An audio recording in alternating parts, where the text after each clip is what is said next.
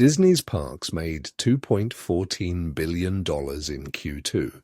Its screens made less. That comparison includes Disney's domestic and international parks, resorts, and cruise operations on one side.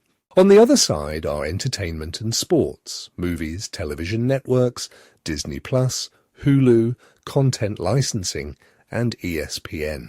In Disney's second quarter of fiscal 2026, the physical side produced $2.136 billion of operating income. Entertainment and sports combined produced $1.988 billion, and that is before adding consumer products, which pushed total experiences profit to $2.615 billion. Disney is still one of the world's most powerful storytelling companies. But the numbers suggest a different way to understand what those stories are ultimately built to do.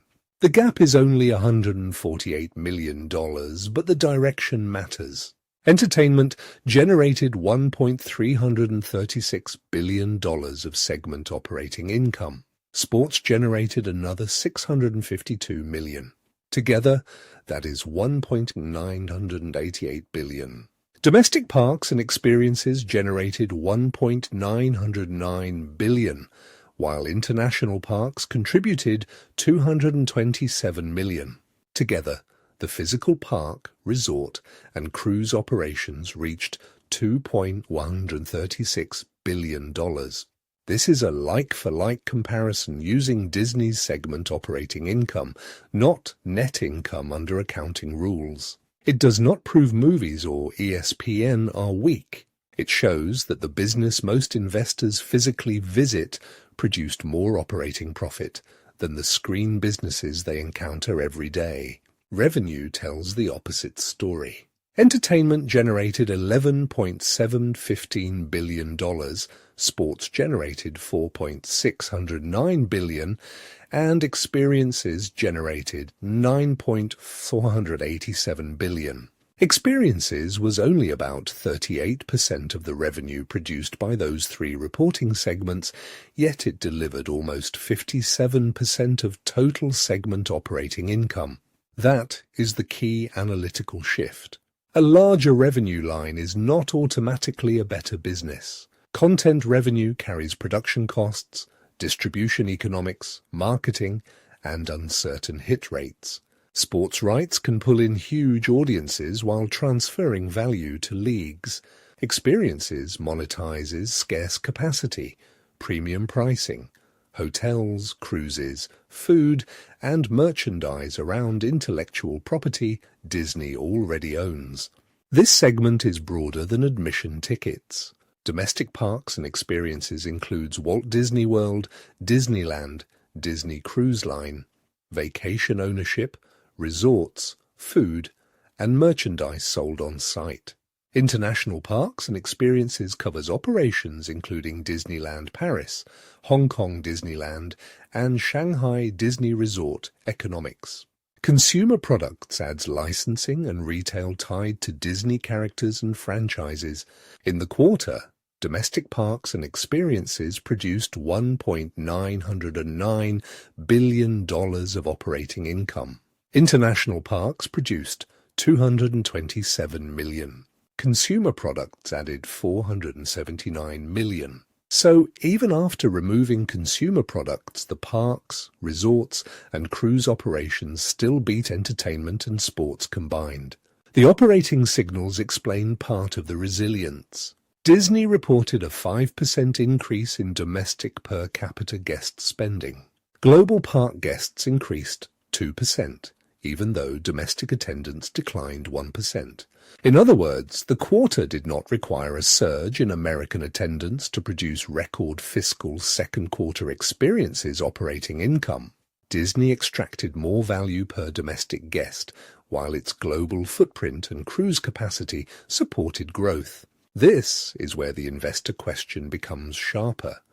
Is Disney an entertainment company that owns parks, or an experiences company that uses entertainment as customer acquisition? The films create emotional demand. The physical destinations turn that demand into high-value, scarce, repeatable transactions. None of this means Disney's screen strategy is failing. The most important improvement inside entertainment came from subscription video on demand. SVOD revenue reached $5.486 billion, up 13%. Operating income rose from $310 million to $582 million, an 88% increase. That implies a 10.6% quarterly operating margin, Disney's first double-digit SVOD margin. The streaming wars once required Disney to spend heavily for subscribers while destroying profit. Now Disney Plus and Hulu are becoming contributors, but scale still matters. Total SVOD operating income was only 22% of Experiences' operating income. Streaming has crossed from problem to asset. It has not replaced the physical profit engine. Disney's advantage is not any single segment. It is the path an idea can travel.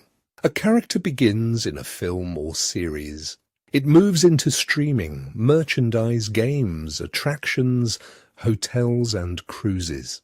Disney said Zootopia 2 generated $1.9 billion at the global box office and more than 1 billion streaming hours.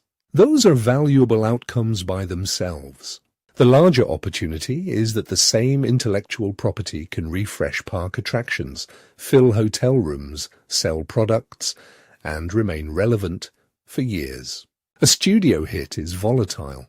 A destination built around a portfolio of hits can monetize the library repeatedly. Entertainment creates attention. Experiences turns a portion of that attention into a high-priced physical relationship. The physical engine cannot exist in isolation. Entertainment keeps Disney culturally relevant, while ESPN delivers live audiences that are difficult to reproduce. Yet each screen business carries its own pressure. Sports operating income was $652 million, down 5%, as higher rights and marketing costs offset revenue. Entertainment still produced $1.36 billion of operating income, and improved streaming economics make that contribution more credible. The point is not to choose parks over content. It is to recognize the division of labor. Screen businesses create, distribute, and renew demand. Physical businesses capture more profit from the most committed fans. If content quality weakens for long enough, the park pipeline eventually weakens too. Experiences produces strong profit, but it is not asset light. During the first 6 months of fiscal 2026, Disney invested $4.986 billion in parks, resorts, and other property, up from $4.328 billion a year earlier.